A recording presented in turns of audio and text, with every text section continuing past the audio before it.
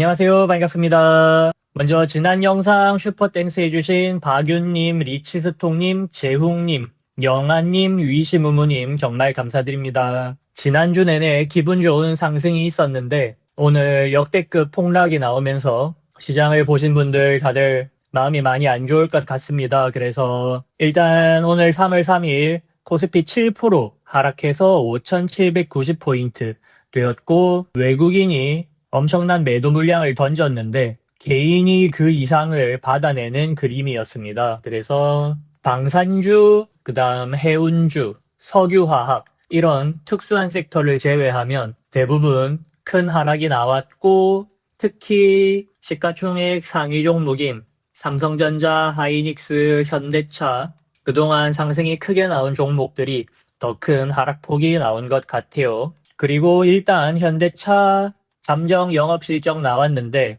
전년 동월 대비해서 판매량이 감소하는 실적을 발표를 했습니다. 일단 시장 전체적으로 너무 큰 하락이 있었고 대체로 모든 종목이 빠지는 중인데 자 일단 코스피부터 같이 보시면 코스피 주봉으로 봤을 때 2200에서 3200, 3200에서 4200, 4200에서 5200 상승마다 조정이 있었고 5200에서는 그렇게 강한 가격 조정도 없었고 그렇게 긴 기간 조정도 없었기 때문에 이번 6200에서는 가격 조정이 나올 수도 있다고 우리는 생각은 했었는데 그래서 원래는 저희는 이 조정을 피할 생각이 있었지만 현대차가 52만 원을 넘어가면서 여기서 이 조정은 견디고 그 다음 7200에서는 조정을 좀 피해야겠다 이런 판단을 저는 했었습니다. 그래서 지난 금요일 아직까지는 괜찮지만 코스피는 상단에 닿았으니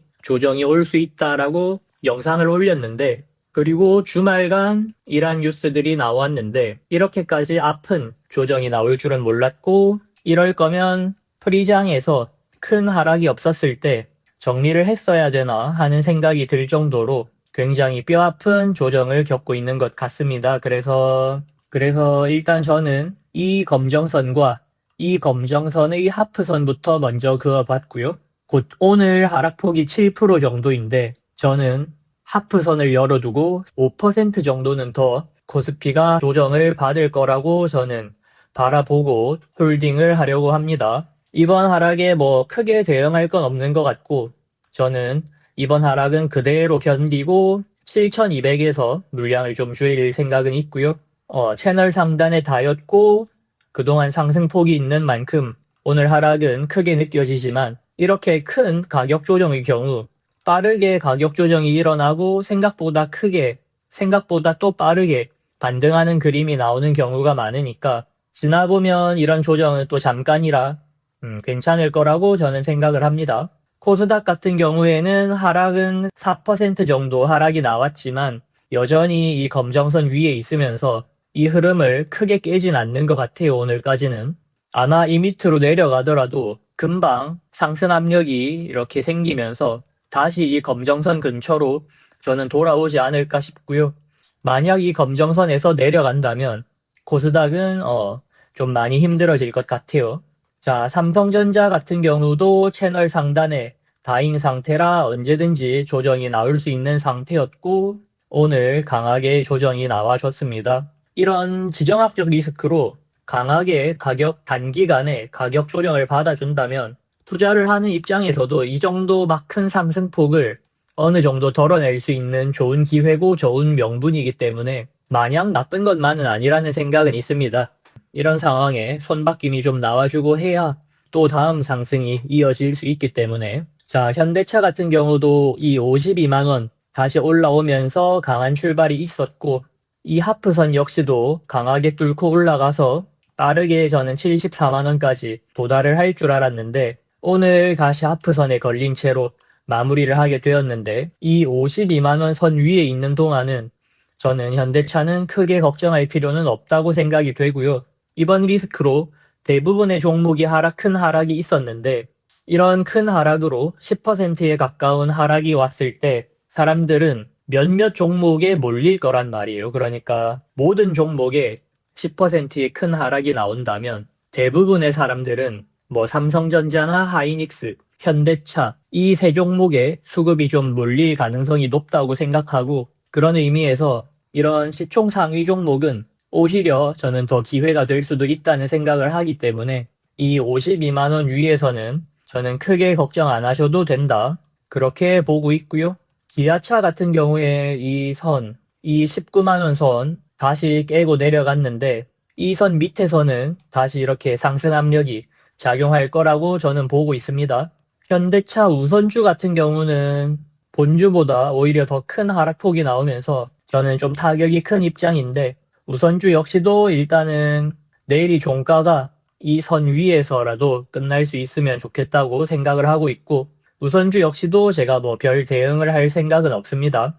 그리고 제 포트폴리오 한 축인 은행인데, KB금융부터 보시면 저는 KB금융은 이 검정선에서 반등을 하기를 좀 기대를 하고 있었는데, 오늘 날짜로 이 검정선에 닿았고요. KB금융 3%대 하락이 나왔는데 그 외에는 1%대로 하락이 나오면서 이번 하락장을 좀 은행들은 잘 피해간 것 같습니다. 그래서 하나금융지주 보시면 저는 채널 상단에 닿여는 있고 채널 상단에서 조정이 나오고 있지만 오늘도 1.4%로 크게 신경 쓰이지 않을 정도의 하락폭인 것 같고요. 우리금융지주도 오늘 1.9% 하락했는데 이 선에서 잘 받아줄 느낌으로 저는 보이고요. 신한지주도 채널 상단에서 조정을 받고는 있지만 오늘 0.2%로 저는 좋은 그림으로 계속 보이고 있어서 이번 조정이 좀 장기화되더라도 은행은 좀 안전할 수 있지 않을까, 그런 생각을 일단 하고 있습니다. 자, 미래에셋증권인데 증권주는 은행에 비해서 상승폭이 컸던 만큼 하락폭이 커지는 것 같고, 미래에셋도 이 상단선에 걸려 있었는데 일단은 오늘 기준으로 다시 기준선 밑으로 하락하게 되었습니다. 삼성증권 역시도 이 채널 상단 기준선에서 가격이 걸려 있었는데 오늘 날짜 기준으로 훅 내려오게 되었는데, 저는 여전히 14만 5천원까지는 올라갈 수 있다고 보고 있고요. 오늘 하락으로 오리온 같은 경우는 이 기준선에 닿인 채로 마무리를 했습니다. 그래서 이런 장에서 오히려 오리온 같은 이런 기업은 좀 기회가 될 수도 있겠다라는 생각이 들기도 하고요. 오리온과 같이 하락을 기다려보던 인텔리안테크, 이런 애들은 오늘도 3% 하락했지만 여전히 기준선은 주지 않고 있네요. 그래서 이번 조정 장세에서 좀 새로운 종목을 찾는다면 저는 오리온 같은 회사, 내일 움직임을 잘 봐야겠지만 오리온 같은 느낌이라면 좀 기회가 될 수도 있지 않나, 그런 생각도 들고, 전쟁이 장기화되거나 이러면 식량이 좀 중요해지잖아요. 중동에 초코파이라도 좀 보인다면 오리온 되게 좀 좋은 느낌이 날 수 있을 것 같아서, 시장의 하락은 너무나 안 좋지만 오리온 같은 회사 이런 기준선에 좀 닿여주는 이런 모습과 밑꼬리 달고 이렇게 기준선 위에서 마무리해주는 모습을 봤을 때 좀 기회가 될 수도 있겠다는 생각이 들어서 오리온까지 봤고요. 나스닥 같은 경우는 그렇게 크게 반응이 없었던 것 같은데 오늘 코스피가 좀 크게 반응이 나온 것 같아서 저는 생각보다 훨씬 빨리 반등할 가능성을 보고 있기 때문에, 물론 하락폭이 너무 크고 지금 당장은 너무 큰 스트레스지만 저는 이 또한 지나가면 금방일 거라 생각하고 다 같이 힘내서 이 힘든 시기 잘 버텨봤으면 좋겠습니다. 연휴 끝나고 시장을 연 첫날부터 너무 안 좋은 소식이 많았는데 운동 열심히 하고 멘탈 잘 지키면서 이번 위기도 잘 극복해서 나아갔으면 좋겠습니다. 오늘도 시청해주신 분들 모두 감사하고요. 내일도 시장 움직이는 대로 바로 영상 또 만들어서 올려보겠습니다. 시청해주신 분들 모두 감사합니다.